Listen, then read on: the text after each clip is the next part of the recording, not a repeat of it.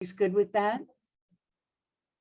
AARP is a nonprofit, nonpartisan membership organization for people over age 50.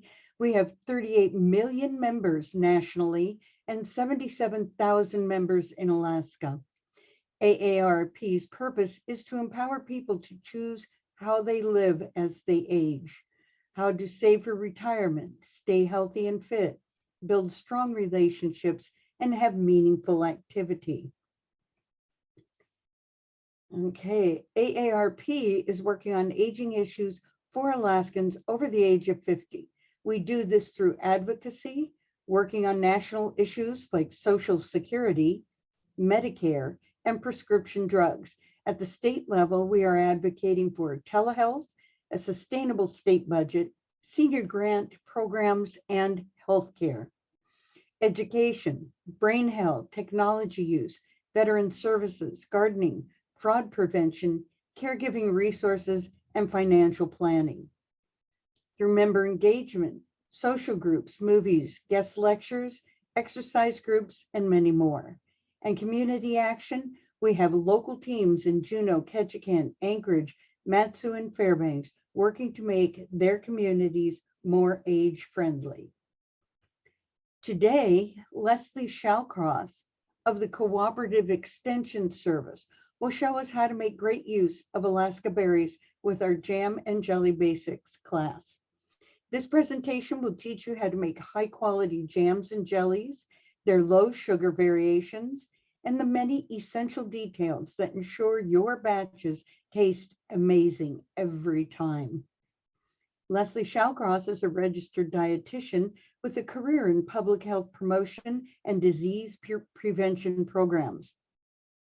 Her areas of expertise include public health, nutrition through the life cycle, diabetes prevention and control, food preservation, food security, and food safety. Okay. She coordinates and offers statewide community-based programs in diabetes prevention and the self-management of diabetes and chronic disease. Thank you, and welcome, Leslie. You're on mute, Leslie. Of course, I want to apologize for being late. I had gotten into my head that this was at 1 instead of at 11, and I didn't really double check, and so it sounds like I'm supposed to be giving you a lot of information, and I will try and come through with as much of that as I can. I don't know if any of you have seen my articles in the Senior Voice, but it certainly has probably been more than one time that I have said in an article that I consider jam and jelly to be a food group. Now, you know, I am a dietitian. That's a little radical for dietitians, and of course it's just a joke, but I do think that jams and jellies are fun. I do think, in spite of the fact that we know that they are often very sweet, that they can still make a contribution to our overall enjoyment of food, and even maybe to some of our nutrition. And I'm going to give you a little perhaps confidence about why we might consider them to even have some nutrient pros. One is that some years ago, the Cooperative Extension Service did some experiments on wild berries in Alaska. We were looking at the antioxidant potential in our prepared berry products. And part of this was to look at the berries themselves, because Alaska berries, because it was suspected that Alaska berries might be higher in these things than many of the commercially available berries from the lower 48. And of course, we found that was true, that our berries are very high in these antioxidant compounds that we are pretty sure have some significant value to us from a health perspective, in terms of, and berries themselves have antioxidants, but have a lot of other type of bioactive compounds in them, and may in fact be important for maintaining brain health. Yesterday, I did a short presentation on brain health. I'm switching gears here to jam and jelly, but nonetheless, our berries are really important in terms of the contributions that they can make to our nutrition. I will also share something that has me excited about jam and jelly as a food group. When I was a young woman, very young, in high school, I spent time in Norway as an exchange student, and I had, it was a long time ago, and lots of fresh, and I was above the Arctic Circle in Tromsø, and there were not lots of fruits and vegetables as a daily food. We had potatoes. We didn't have, at home, I was used to having salad every day. I was used to having a glass of orange juice. I was used to having school lunch with vegetables and such.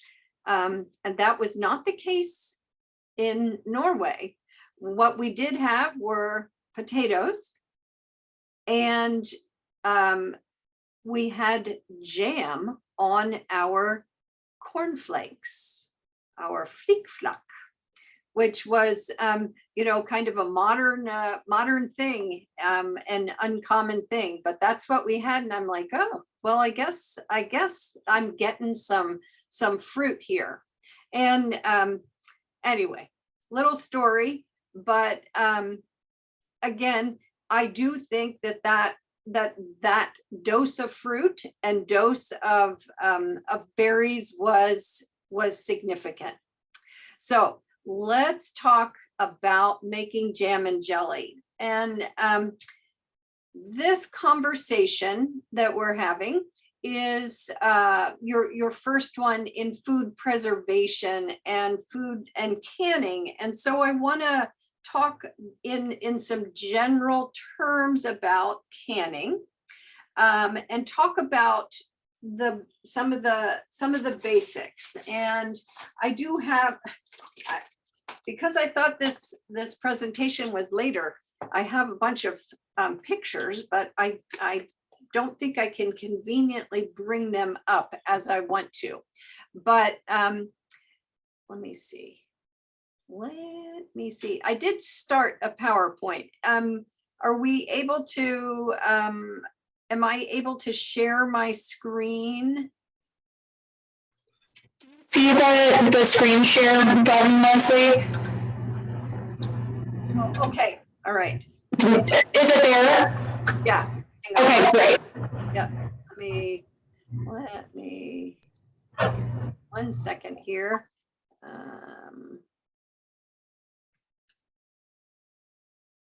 Here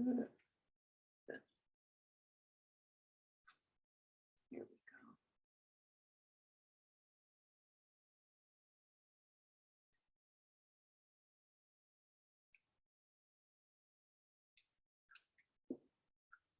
go. All right.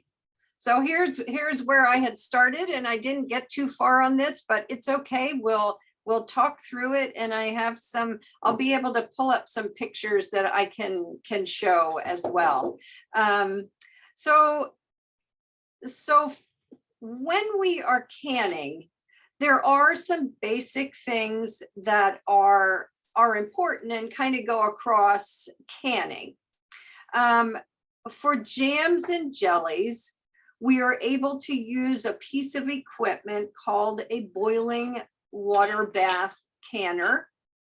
And the boiling water bath canner, I'm mentioning it specifically because a boiling water bath canner is acceptable for canning high acid products. And that means jams and jellies.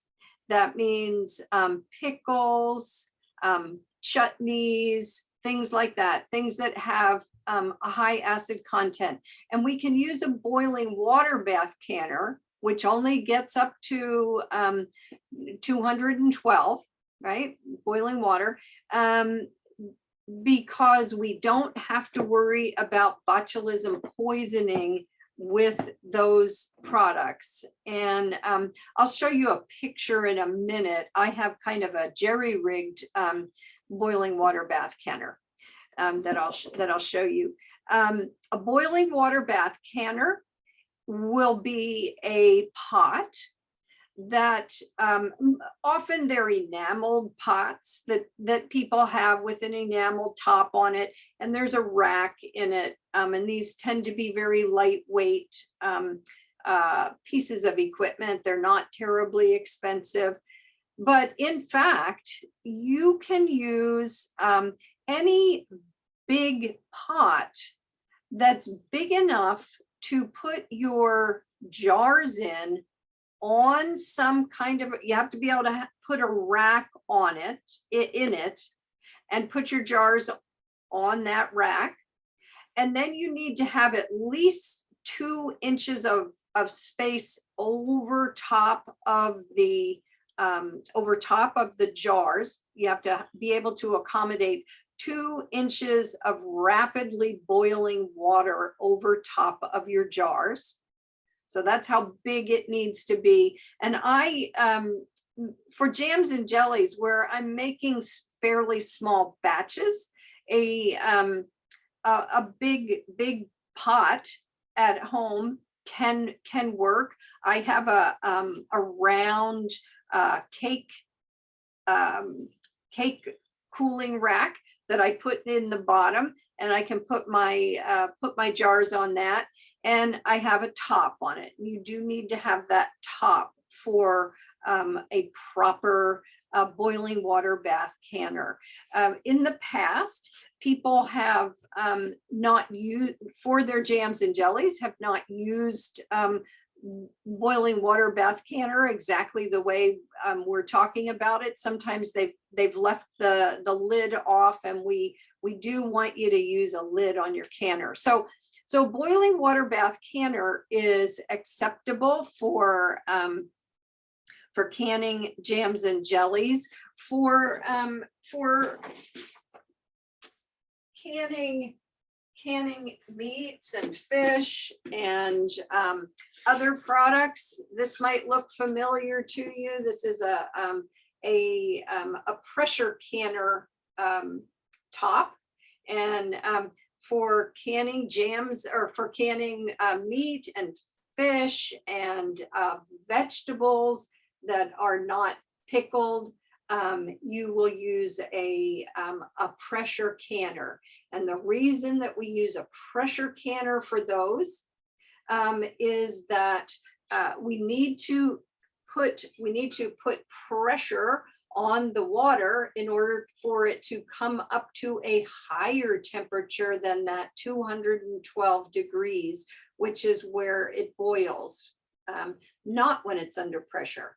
And so with a pressure canner and having the weight on, we are able to bring the temperature in that canner up above it goes up above about 240 to 246 degrees in your pressure canner when you're canning meat and fish.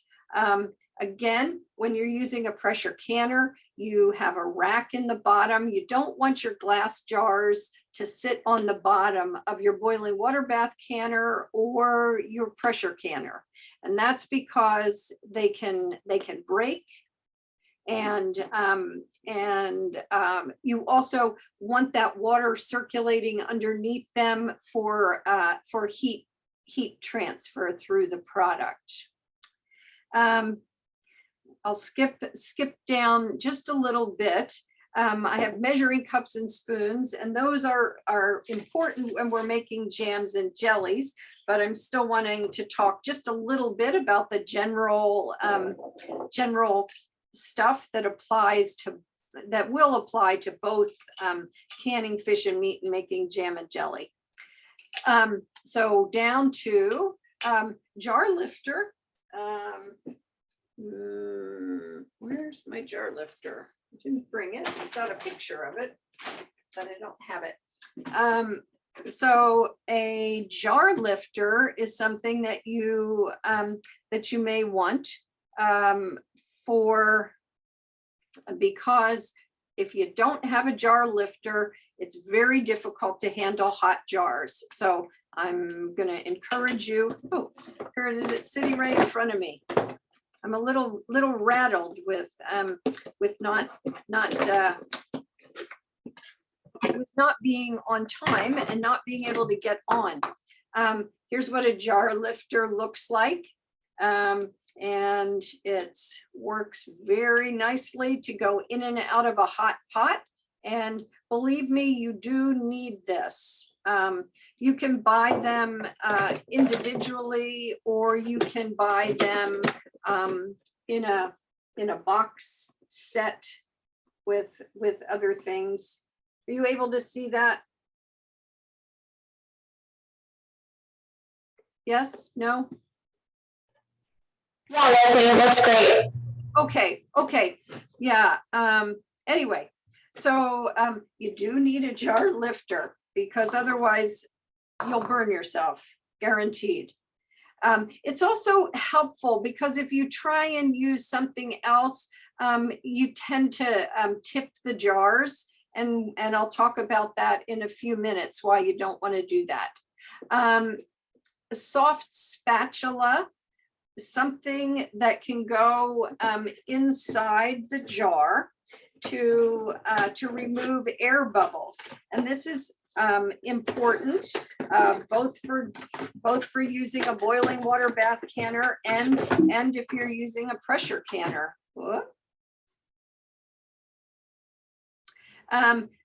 This comes in the packets if you buy canning tools, but you could use anything that's a reasonably soft tool, not metal.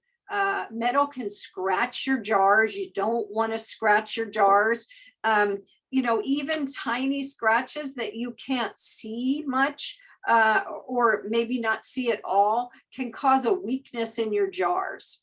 So a soft spatula of some sort. I've got some silicone ones that I use that are real tiny that I can use, or you could even use a plastic spoon or something else. And you use that to, in the case of jams and jellies, you'll use that to get rid of bubbles or even get rid of a little bit of foam that might be on top of your product. Down here at the bottom, we've got clean canning jars and lids. And your jars, I usually start my canning presentations talking about the jars. And there are some different types of jars, but this is what we're talking about. We're talking about a tempered glass jar. Got a little one here in front of me, a jam jar. a ring and a flat lid. And the flat lid has a sealing compound around the middle of, or around the edges of the ring. And when we talk about jars, we say you can reuse your canning jars. You do need to use tempered glass. You do need to use canning jars. And you can use them for probably 10 years or so, as long as you're treating them well. As long, what's going on there? As long as you're taking good care of them, as long as you see that they're not getting scratched. I had somebody call me at one point, and they were like, well, this hasn't happened before, but the number of my jars, the bottom came out when I canned them, when I used them, put them in a canner. And they cracked and broke. And so we're investigating, trying to figure out why this would have happened. And it turned out that this person used metal utensils and stuck them into the jar, and actually hit the bottom of the jar with them. And that probably was the reason why he ended up with cracks, why the bottoms of his jars broke. So it's important to use jars that are in good condition. The reason that I'm spending time on this is that if you don't pay attention to it, you end up with things that are not going to be good quality, or that you might not be able to use at all. Okay. The rings you can also use, again, as long as they're in good condition, as long as they're not rusty. Let me see if I got one here that's rusty. No, I got a flat lid that's rusty. So the rings, when you get ready to use them, of course, you can reuse these. You're going to wash them. You're going to inspect them. You're going to make sure that there's no bends, that there's no rust. Otherwise, they won't hold your flat lid on. And then your flat lids, you do not get to reuse these for canning. This sealing compound that I talked about is used up. It's kind of degraded over when it's used once, okay? And a note about flat lids, if I didn't ask at the beginning who does a lot of canning, who makes jams and jellies, but these flat lids have evolved over time. And in the past, they used to say, well, you had to keep these in really hot water in order to make sure that they would work. And that was to soften up this. They don't really talk about that so much. But I want to point out that there is a sealing compound in here. You only use these once. You can keep them warm before you put them on your jar. That's not going to hurt, but don't boil them. And when you're cleaning your jars, I have their cleaning canning jars and lids. You might think, oh, well, I'm taking them out of the package and they're clean. That you still need to clean them. Jars, lids, rings should all be cleaned in hot soapy water and rinse thoroughly. Do not scrub the sealing compound. Do not scrub these, but wash them gently, rinse them thoroughly. Definitely rinse your jars thoroughly. You don't want any soapy residue left on these from that process. All right. Does anybody have any questions about that? Anybody have questions about jars, lids? Okay. There are some different types of lids that have come about in the time that I've been doing this job and talking about canning. And there are other types of lids that work.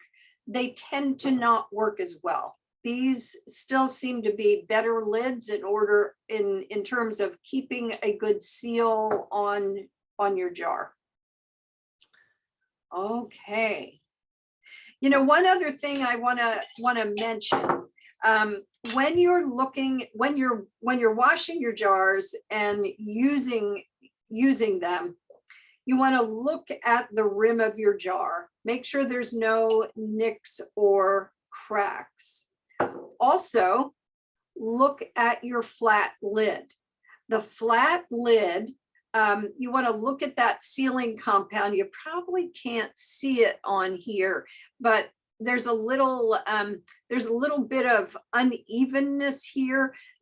I have seen at times flat lids that came packaged, right out of the package, that actually had some breaks. It wasn't a solid sealing compound around there. And if you're missing some of the sealing compound, then you're not likely to not get a good seal. Water might be able to get in there, or even if in the process of jarring, the air is expelled and you get what feels like a good seal, it's not going to last. And you may not get a good seal at all if there's a break in that. So look at those. Again, with your rings, make sure there's nothing, no warping, no rusting. The purpose of the ring is to keep the flat lid in place. And if your ring is warped, you may run into problems. Or if it's rusty, you may run into problems, because if you use a rusty ring and you use it a second time and leave it, sometimes people will leave them on the jars, you may end up with a jar that you can't even open. So there we go. All right. So does anybody have any questions?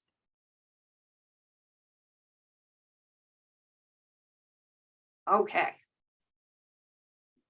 All right. So what else do we need?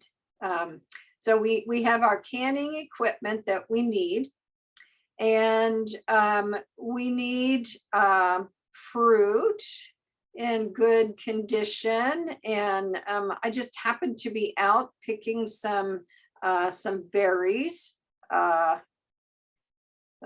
couple days ago. Got some salmon berries here and some nice Alaska blueberries.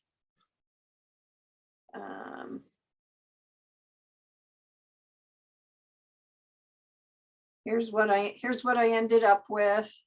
This was I didn't end up with berries to make jam with, but I was out camping, so we were eating berries, the ones that the bears didn't get. There were quite a few bears where I was. So these are salmon berries. You can see they're red and yellow and orangey, and they're quite juicy.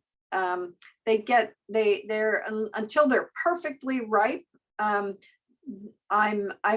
not as impressed with their flavor but when they're perfectly ripe, they were really fun to eat. So there we go. We got some berries. So what can we do with our berries? Making jam and jelly. Whoop. No, I can't get my picture out of there. Go away, picture.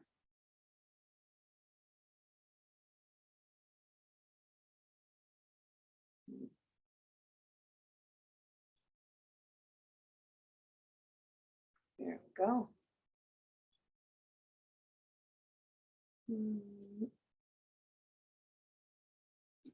Has anybody been out picking this year?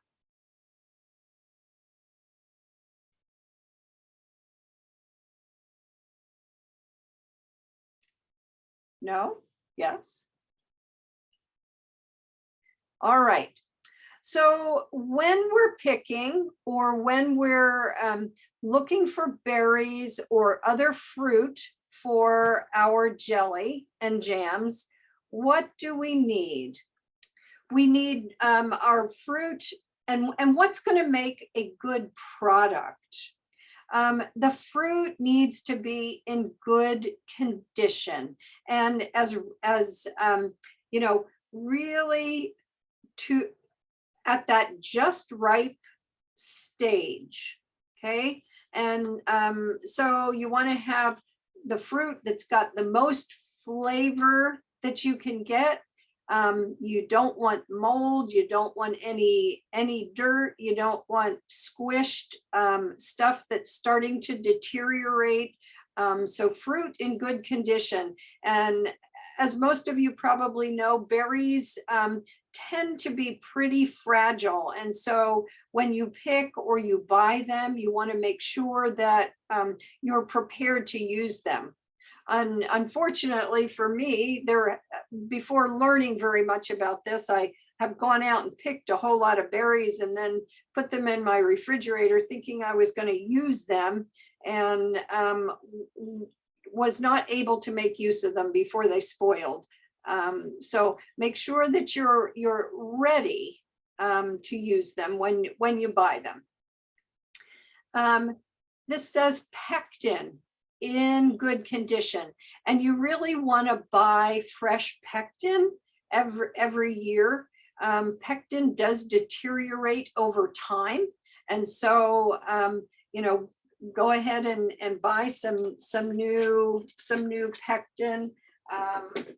You know, there are many types that you can buy. There's Sure Gel, and there's Ball. This one's low or no sugar pectin. There's Pomona Pectin is a little bit of a different pectin, and it can be used with low or no sweetener at all. And then we've also got liquid pectin. So we've got lots of options, and lots of options at this point for using things that don't have as much sweetener in them. Some recipes call for lemon juice. So your sweetener, the typical and standard sweetener for jams and jellies is your basic white sugar. And then some, but there are cases where, and especially it's probably easier with jams, if you're not jellies but jams, you can use some honey to substitute for some of the sugar. But jelly and jam are pretty stable products. And they are stable products, meaning you're not too worried as a rule with standard recipes. If you've got your fruit in good condition and you process the product properly, your fruit, pectin, sweetener, and lemon juice. The lemon juice is an acid. So you've got your fruit, your pectin, your sweetener, and your acid work together to create the gel that is jelly or jam. You've still got a gel forming, and that gel that forms binds up water.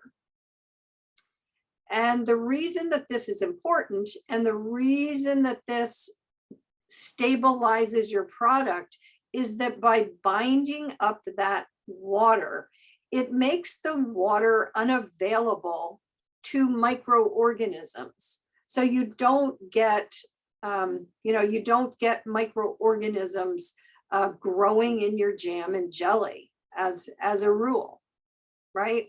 Even if you left them out on, even if you opened them and left them on the countertop for a while. Jams and jellies and fruit products that use low sugar or use artificial sweeteners probably should be handled by putting them at once opened, by putting them into a refrigerator to make sure that they don't spoil. And actually you might want to do that, but they don't have that same gel forming without the sugar, pectin, fruit, and acid that create that gel. So just a tip. Let's see what else. All right, that's as far as I got with my slides, thinking I had more time.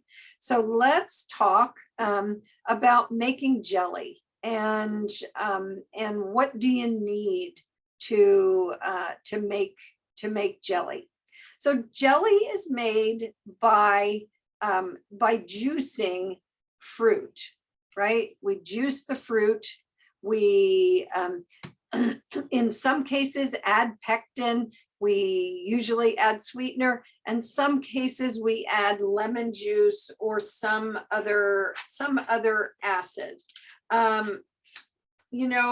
In Alaska, probably most of the time you need to use pectin. There are some fruits, crab apples, gooseberries, currants, even some grapes. Those fruits that we may have access to here don't necessarily need to have pectin added into their juice, because they may have plenty of their own pectin. And there's not enough time to go into the whole how you test, but you can test your fruit juice to see if it has enough acid and if it has enough pectin in it. If you don't want to go through that process, you want to choose recipes that have pectin added. So just a tip. You certainly can check your fruit and to see whether it could gel without an added pectin, the liquid or the powder or the lower sugar pectin. But it does take a lot more time and a lot more work to go through that whole business. So we need juice, and I did prepare so for our session today, I did prepare a raspberry jelly. And let me see if I got a picture here. Let's see. So typically your instructions for making jelly are, first of all, call for making the juice. And the juice is typically made, again, you're going to make sure that all your fruit is very clean. No blemish, no mold, no damages. And you will peel apples if that was what you were using, to make sure that you're not getting mold and other stuff in there. But that's not the picture I want. Get rid of that one.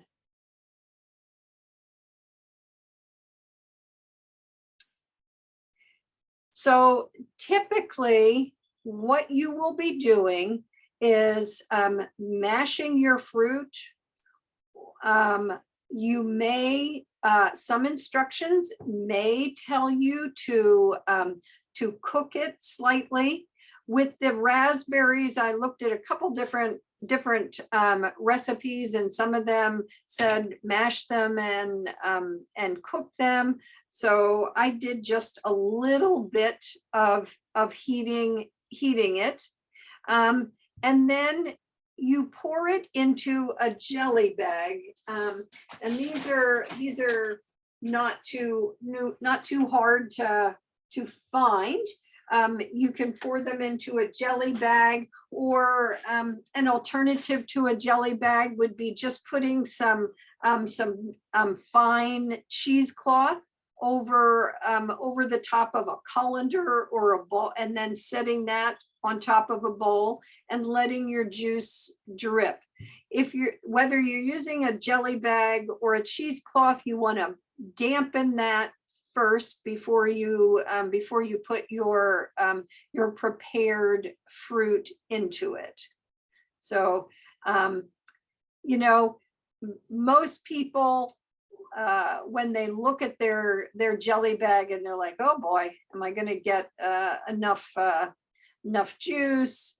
You feel like you want to squeeze it a little bit, right? So here's my bag with my prepared raspberries in them, and you can see it's draining away there, and you might want to squeeze that bag.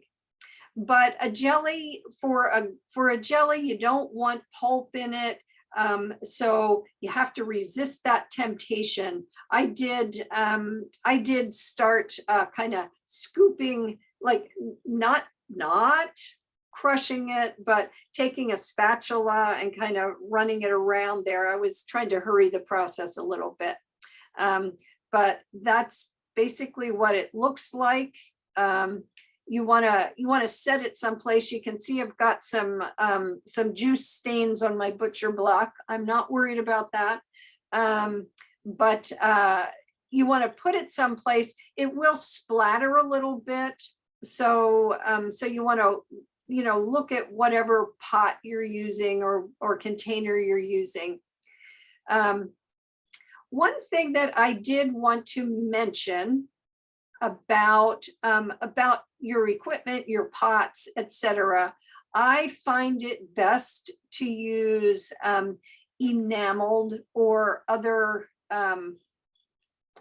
a kind of enameled pots. You probably don't want to put your stuff into an aluminum pot. And even with the juice sitting in a bowl, I definitely wanted that to not be a metal bowl. Now, stainless steel is not always reactive to acid, but for my money, I say use something that's a non-reactive type of pot. And when we're talking about the pot, you also want to make sure that that's got a fairly heavy bottom and that it's big enough that you're going to be able to have that juice boiling it kind of boils and swells up. Anybody who's made jam or jelly will know that it gets going and suddenly you look at it and it's like, oh my gosh, it's going to come out of the pot. So you want a big pot, non-reactive. You want it to be heavy. So, okay. So back to making our juice or our. So we got our juice in a bowl, and you're going to measure out the amount of juice that you need. I had a lot of berries that I bought at the grocery store for this, and I didn't have quite enough because a lot of them weren't perfect. So I had to get rid of them. I went outside and I picked some raspberries, but I also ended up adding a little bottled pomegranate juice to my mix here. No, it was elderberry juice that I added to my mix. So you want to use, you know, at the beginning, I said you need measuring cups and spoons. With jam and jelly, it's pretty important to stick very closely to the recipes. If you have too much liquid or you have too much sugar, your product is not going to be what you want it to be. Again, I have stories. My boyfriend, who likes to pick berries, and that was one of our first dates, was picking berries. He brings his berries home and he heats them, and it doesn't seem to matter to him how many berries he has. He pours in a 5-pound bag of sugar and, you know, a packet of pectin and mixes it up and calls it good. But I have had jam and jelly from him that, of course, crystallized because there was too much sugar. The proportions weren't right. I've had runny jelly because he had the wrong, you know, the wrong proportions. So follow the recipes that are published recipes, and you can find published recipes in the ball blue, the So Easy to Preserve. You can find published recipes in the Ball Canning, Book of Canning. You can find other recipes than those that are in this book online. If you go to So Easy to Preserve online, it actually has everything that's in this book, but also has more. So, all right. So the next things that are important here are putting your raspberry into a pot. So you put your, this is my enameled pot. And you can see the inside of it is it's got a very heavy bottom, and the inside of it is one of the new, it's not Teflon, but it's an enameled coating on the pot that's non-reactive. And I was really happy with this. So we're going to put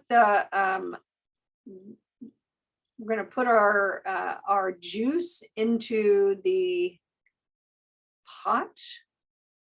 Let's see,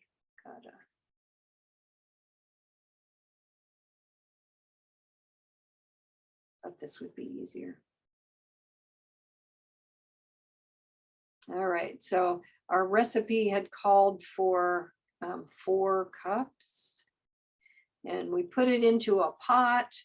And most of your recipes, you know, again, you have to follow the recipes and your instructions for preparation. Some of them you're going to put your pectin in earlier. Some of them you're going to put your pectin in later. But read through your recipe and know when, where, and how to put it in. Typically what happens is you're bringing your stuff to a boil, and then you will add sugar or you will add pectin, and you will bring it back to a boil.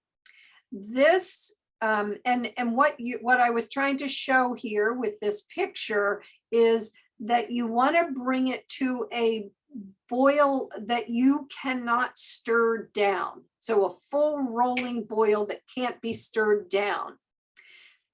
The trick with this, and one of the things that makes a difference in whether your product comes out the way you want it to be, is the amount of time that it spends at these temperatures. So you bring it up and it says time it. It may say 1 minute exactly. So you want to make sure that you are able to move it from the heat and stop that before the next step. Overcooking, overheating your pectin will degrade it.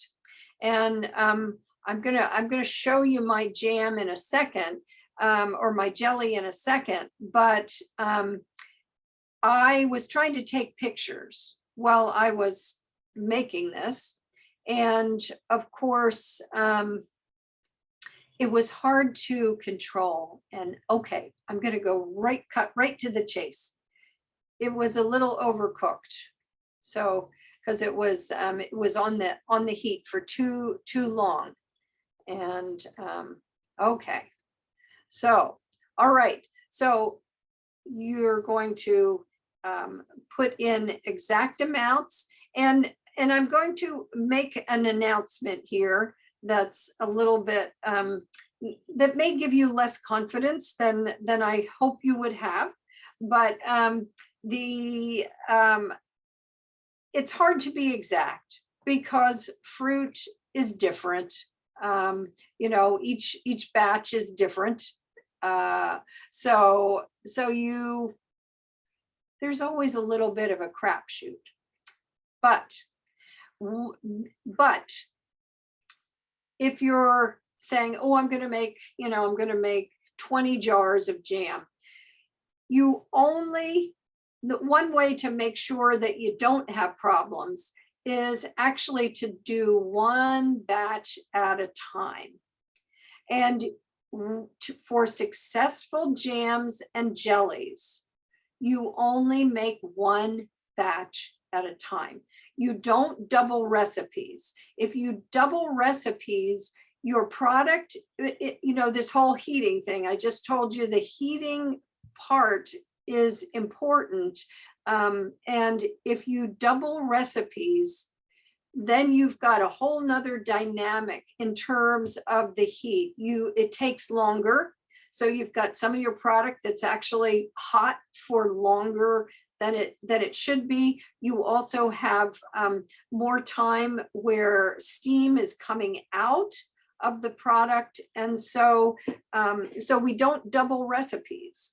And if you can plan it so that you can make one batch one day, check it, see how it comes out, then you can make some adjustments for a second batch. And this is probably most important for jelly, which really is a little bit trickier. Jam can have a little bit more of a range of qualities in terms of its thickness and such. Jelly's got to be pretty precise. Otherwise, you don't have what you may end up with is something that's runny, like a syrup, or on that verge of a syrup, versus a nice, clean, firm yet soft gel. So you bring it to a hard rolling boil. There's a time that your instructions are going to say. Typically, it's just for a minute, which if you're like, okay, I've got a minute here, you've got to make sure that you're paying attention to that. And like I've just admitted, I didn't pay, well, I was trying to take pictures. Give me a break. You can see in this picture, although this isn't what it looked like after the time was up. I turned the heat, I got it off the heat, but you can see there's a bit of foam on here. Many instructions will say you might want to add a half a teaspoon or quarter teaspoon of butter to your batch to help keep the foam down. It does help keep the foam down, but when you're done cooking this, and even before you put it into the jars, you will want to skim off some of that foam. Here's what this looked like. I had taken some of the jam or the jelly out of this, but you can still see there's some foam on the top. you want to skim all that off. And then when you're, let's see, when you're putting your jam into your jars, come on, picture. There we go. When you're putting your jam into, oh, look at my toes. Those aren't supposed to be in the picture. When you're putting your jelly or your jam into the jars, you're also going to remove that foam. The foam, we're moving along here. Now we've got our cooked product, and we're going to put our cooked product into hot jars. Your jelly or your jam is very hot, and so while you've been cooking this, you've had your jars in some pot that has hot water in it, and that is keeping those jars nice and warm, because you don't want to put boiling jam into a jar that's not also similarly hot. There's another tool that you may want to have, because number one, you might want to lift. First of all, you've got to lift your jars out of the hot water with your jar lifter. But this tool is a tool for holding the jars while you're filling them. Anyway, we're gonna fill our jars, and let me show you something that's important. These bubbles add airspace to your jar, and you don't want that. And I'll talk about that in a second. But anyway, you're going to use a soft spatula. This is a little silicone spoon that I have that I'm putting in. Let's see.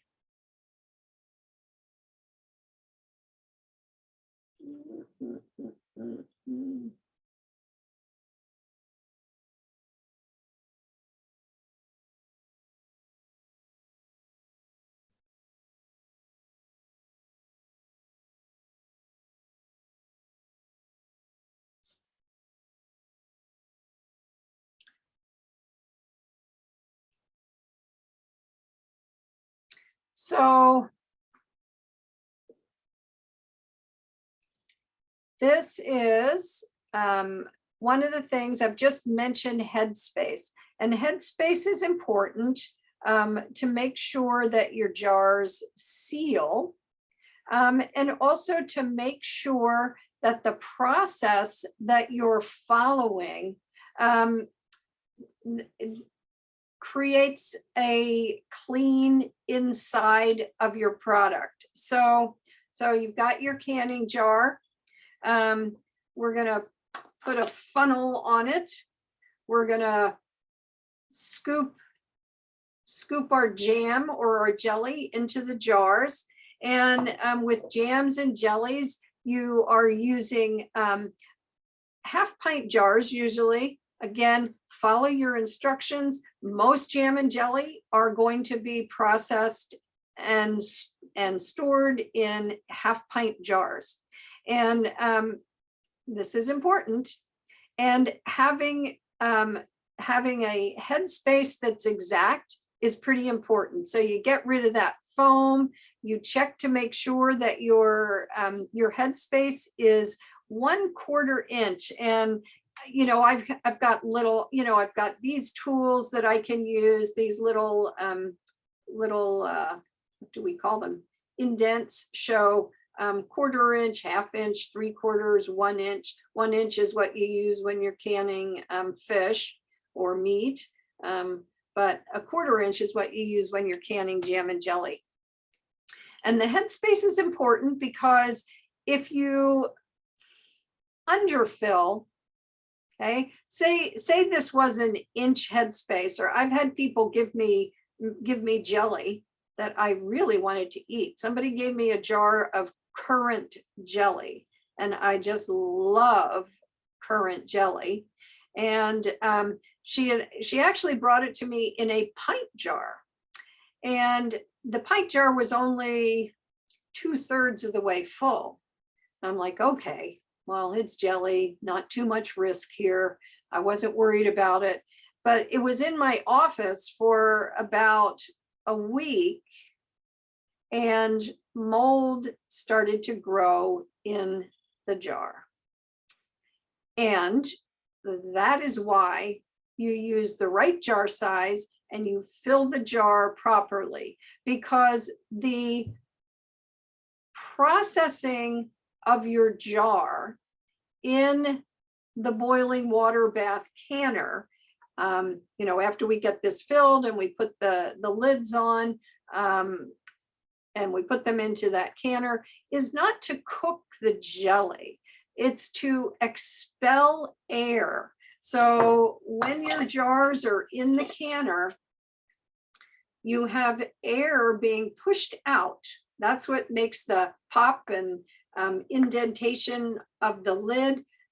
Air is pushed out of there, and that space that's inside, that 1/4 inch that you see there, that air space is getting sterilized. So that's what you're really cooking. You're cooking that airspace, and that's why it's important for that airspace to be pretty precise, because the timing involved in your instructions are to make sure that you sterilize that airspace.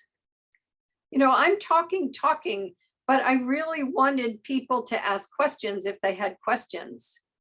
Can you use frozen berries? I see there are questions in the chat here. Screen sharing, if this is the only slide. Can swap shared screen with video. Okay. Questions, you can put them in the chat. Okay. Okay, I'm seeing some questions here. One says, I thought lids had to be in boiling water. They don't. In fact, you don't want to boil them because that breaks down the, you can put them in hot water, but the new instructions on those flat lids don't really even require that. Like I said, you could keep these in warm water, but you don't want to boil them because that would degrade the sealing compound. Okay. Yeah.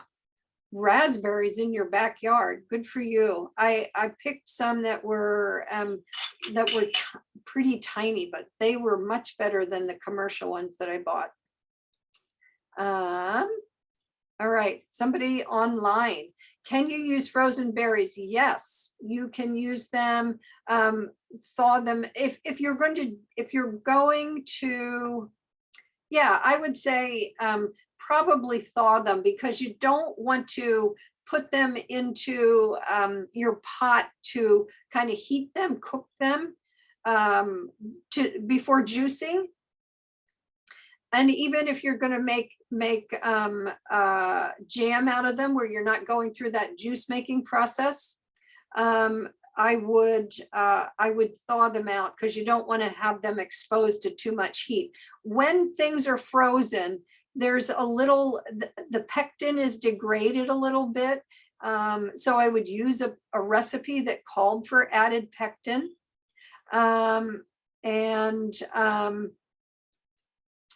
Yeah, there's another part to this question. And can you use last year's? Yes, you can.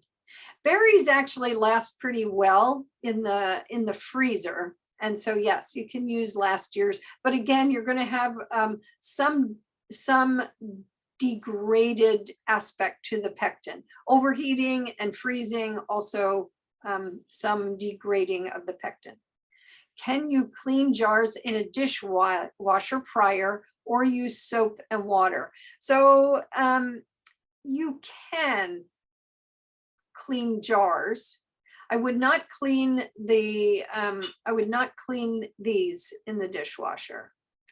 But the problem, I mean, for me, I did mine in a sink and rinsed them really thoroughly, but my water is pretty hard. And I also find a lot of film on my dishes. And so I did not think doing them in the dishwasher was a good idea. But I do that at times, but don't do the flat lids. Let's see. I don't see other questions. Are there other questions? The other. All right, moving on here. All right, so we got our jar. We filled them. We took the foam off. We measured the headspace. Everything was perfect. And then we put the flat lid on, right? So we didn't put the flat lid on. We took a paper towel and we wiped the edge of the jar.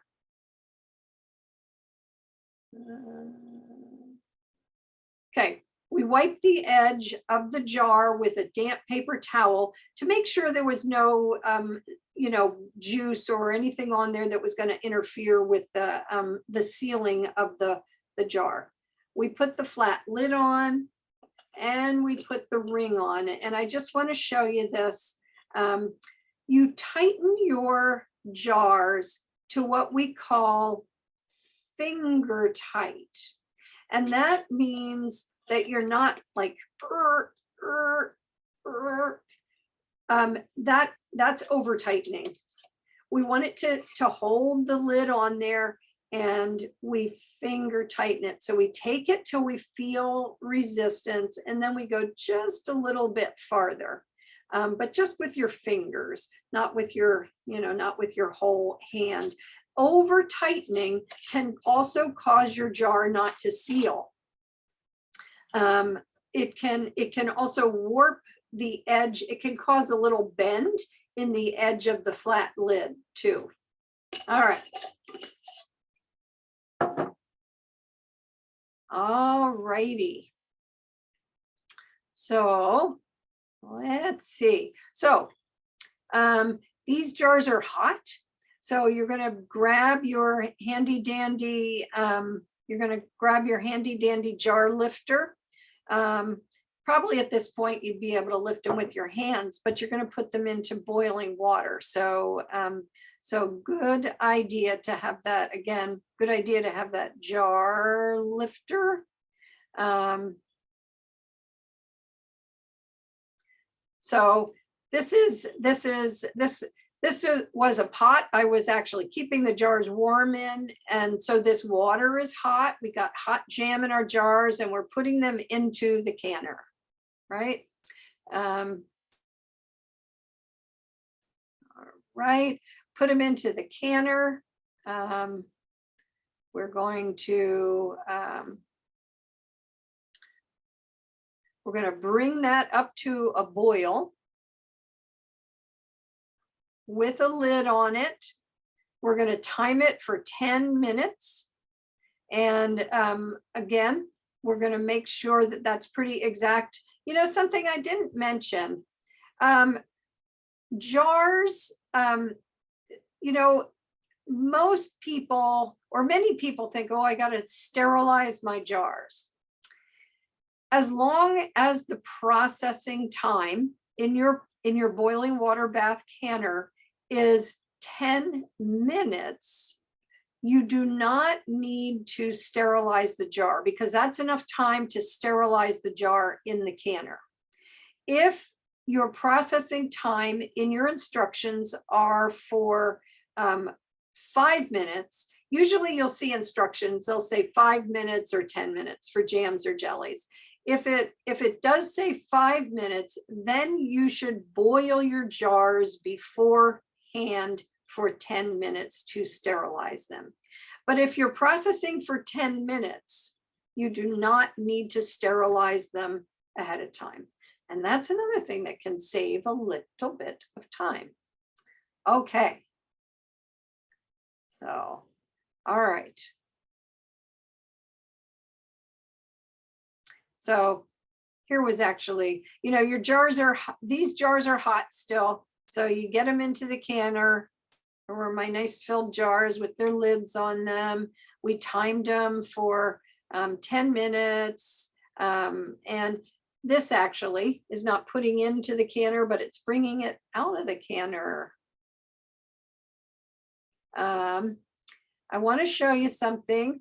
So one thing that you can see there is that I'm lifting the jar up pretty straight. I don't want to tip it. The sealing compound on there is soft still. It's hot and it's soft. And there's a little water on top of the jar, and you're thinking, oh, I better just dump that off. But you don't need to dump it off because it's not going to go anywhere. It can't get into your jar, right? So,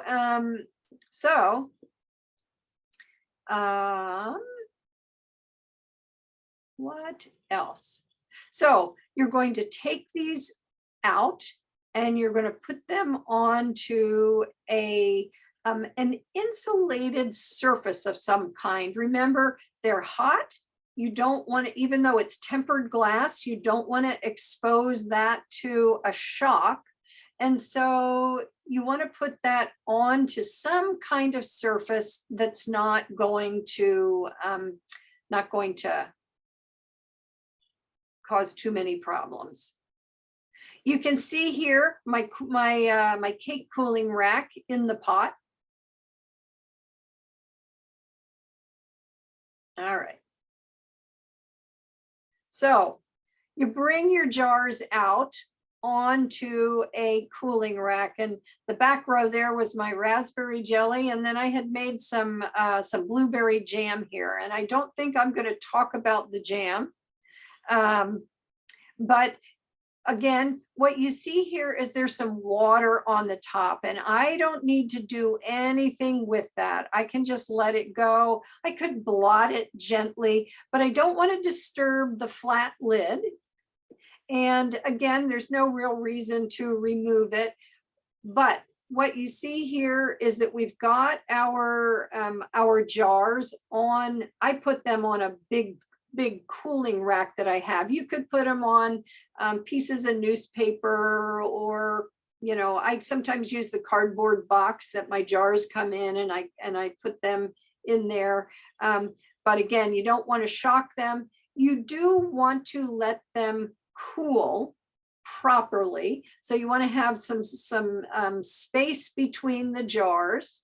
You want to have them in a place that's relatively cool. I don't mean cold. I don't mean air conditioned. I just mean you want them away from the heat. You do not want air blowing on them. You want them to kind of cool down gently, gradually. And you also just want to let these sit for 12 to 24 hours. So of course, you want to know, did it gel? You want to know, how did it taste? But you want to let them cool for 12 to 24 hours. And your gelatin, your gel, your pectin and that gel that's setting may not be fully formed for 24 hours. Okay, it's going to get a little tougher as you go. So let's see, since I don't want to keep yakking away, let's see. So someone says, will I cover differences when making jams? So I'm going to go ahead and talk a little bit about the jam, and then I'll show you what I made. So when you're making jam, you don't go through that process of juicing. But you do need to crush your fruit. And how you do that's up to you, although there are, there are food mills that you can get. Here, I was going to show you a picture. Me mashing. I took berries and I was trying to do this quick, and I mashed them in the pot, but of course I don't want to damage my pot.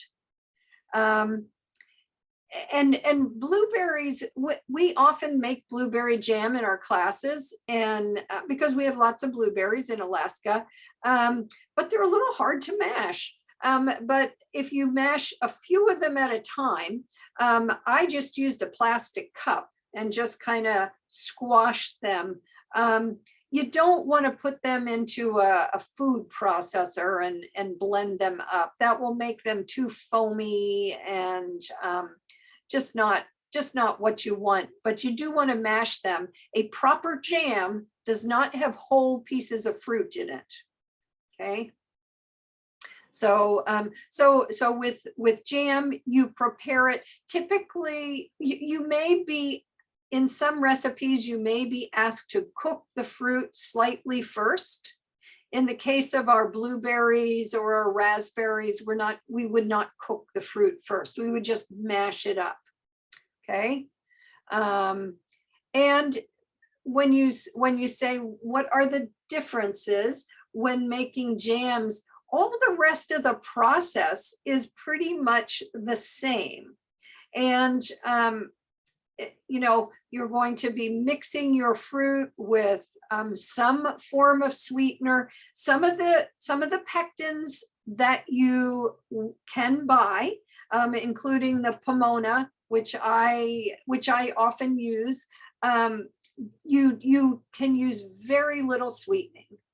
Now, again, I'm a nutritionist. I don't want to have lots of sugar, but I do think in the case of if a good jam or jelly, number one, sugar, I told you at the beginning, helps to preserve it, right?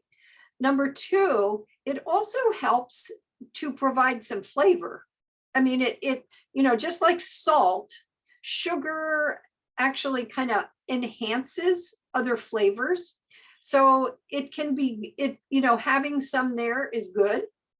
The other thing, the recipe that I used has about half of what would be in a traditional recipe.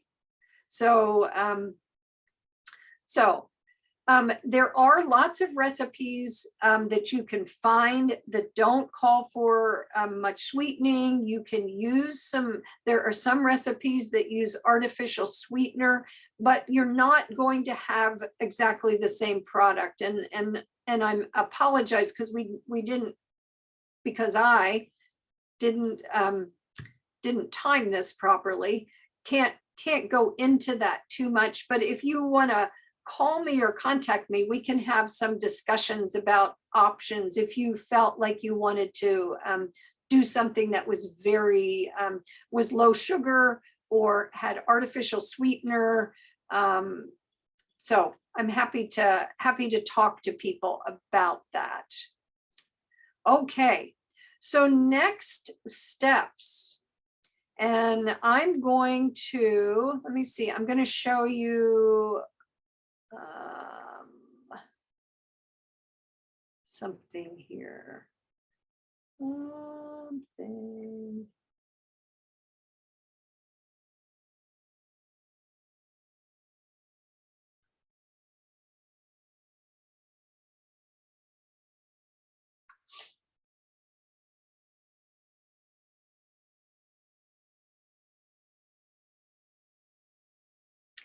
So are there differences? You have the same stuff going on. You have recipes that call for fruit in good condition. They may call for an acid, they may not, but a lot of recipes are going to call for lemon. That acid is important to help the gel form. I will tell you The Pomona Pectin is a little bit different than the other pectins, just in the way that you have to kind of prepare it. So you have to read those instructions properly.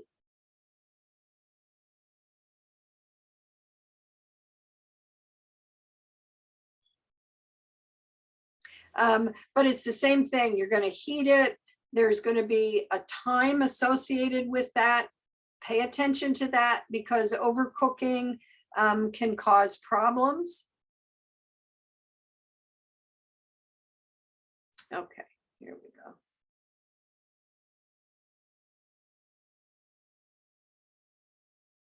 All right, so where are we? So we've made our jam, we've made our jelly. I wanted to show you this, and I'm going to get some out here and see. So before we got to this point, we had our jars, and these have cooled. These could probably last for longer. I want to give you just a couple more tips here. When your cooling is done, when you're done with that 12 to 24 hours, you're going to take the rings off of your jars. And you take those off, and again, this is going to go for other types of canning too. You take the rings off because they may have water in there, they may have a little bit of jam or something else in there, and you do not want to leave that on your jar, because it could mold, it could rust, and it could breach your seal. And it could even rust on there in a way that you wouldn't be able to get your lid off. So you're going to take that off. You're also going to check it. I opened some of these earlier.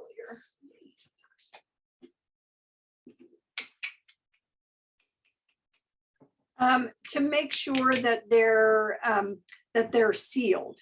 Okay, you're gonna give them a little bit of a tug, see if they're sealed. You're gonna tap. These newer lids actually have a little button in the middle that you can actually see is depressed, but you can also check to see if they're sealed by tapping on them. So this is a sealed jar. That is not a sealed jar. Okay, you can hear the difference. And when you open the jar, you're going to hear a sound like that. Oh, this is jam. This isn't the jelly. Gosh darn it. Jelly. I should have taken a look at the jars first, huh? All right. I can tell this one's jelly. I'm going to have a whole lot of jam to eat. I'm glad that I consider it a food group. All right. Is that another jam? I should be able to tell, as they are slightly different colors.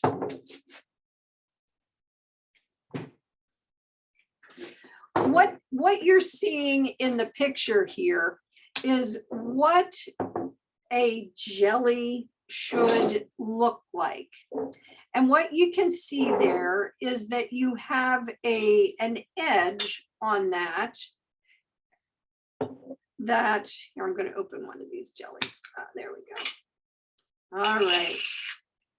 So what you see on there is that you can cut an edge, and I'll show you jelly edge. Here's a jam and jelly comparison.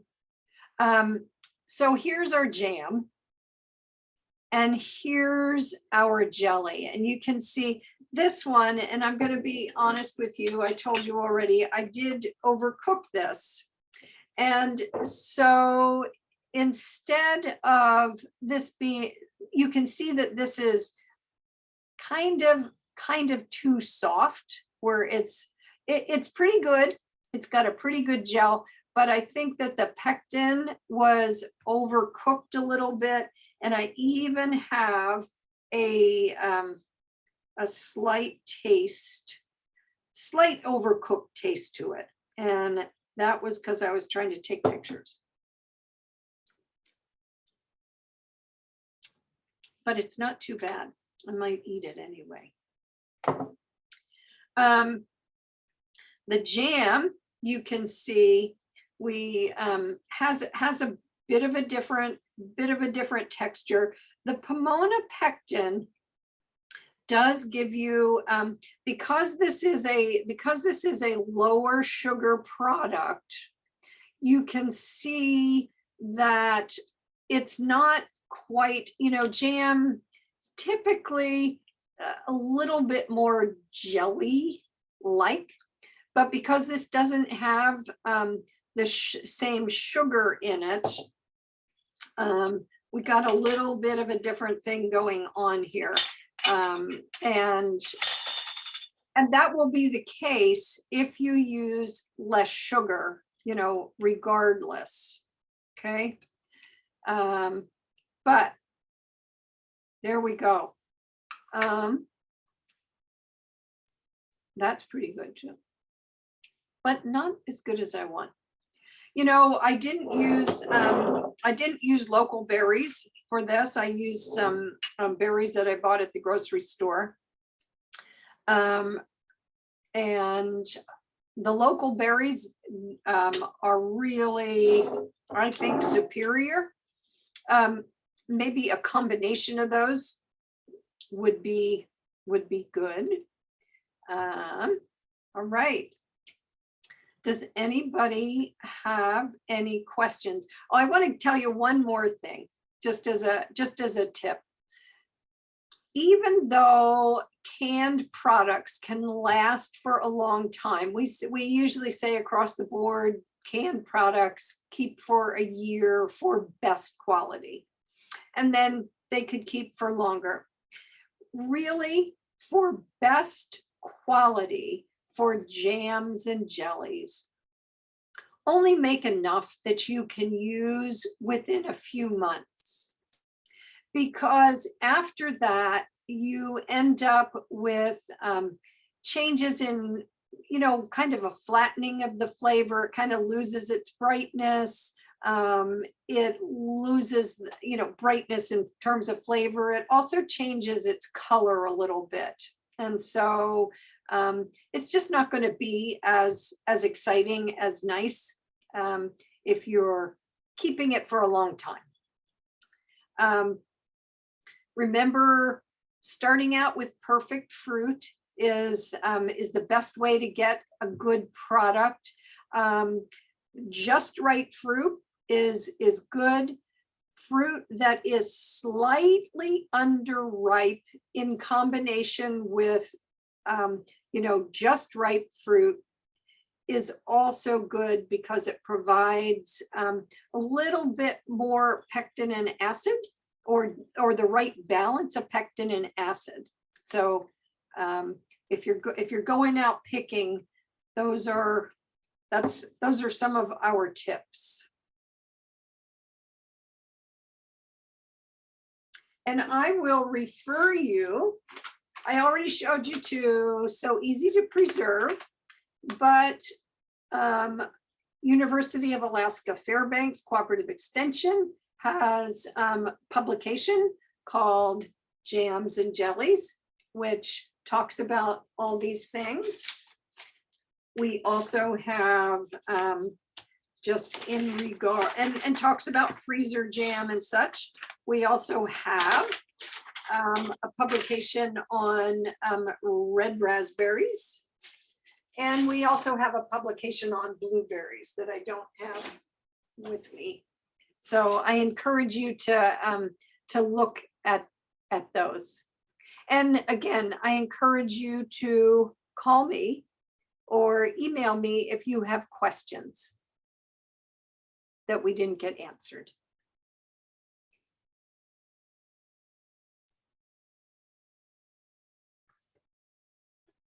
Well, thank you, Leslie. Are there any more questions for Leslie right now? Besides, why did I put a contaminated spatula into my jar? It was just for you. It was for science. for science. We understand. Well, thank you everyone for participating in today's program. We hope you found this session helpful. Please let us know how you like the program. Please put any ideas for upcoming webinars in the chat. We would like to thank our partners at the Alaska Cooperative Extension Service for helping us host these events for you. Excuse me. So there's a feedback on your screen. I did learn something new. Yes. Rate the speaker. Awesome. So yes, we can take care of that. Remember that if you found this session useful, you might want to sign up for the other programs in our Fall Harvest series. You can see all of the events at www.aarp.org/AK. I know I've signed up for all of them. I can't wait on making jerky. It's something I haven't tried yet. Oh, yeah. Yeah. So also, please keep in mind that you can see all these on the website. You can sign up. Through the email, I signed up for everything at once. And we do have some other upcoming events at AARP Alaska. We have Senior Day. We have, oh, that'll be tomorrow. And then Military Appreciation Day on September 4th. AARP Alaska is focused on providing voter education for Alaska. We're especially focused on sharing how ranked choice voting will work in the upcoming elections. Please join us at these events to learn more. So thank you for joining us. Thank you. Thank you, Leslie. Yeah. Thank you, Catherine, for making this possible. Thank you for hosting, Nadine, and thank you, Leslie. Thank you. Again, I apologize for the snafus, the many snafus. It was still good information. We'll put it to use. Good. Thank you, everyone.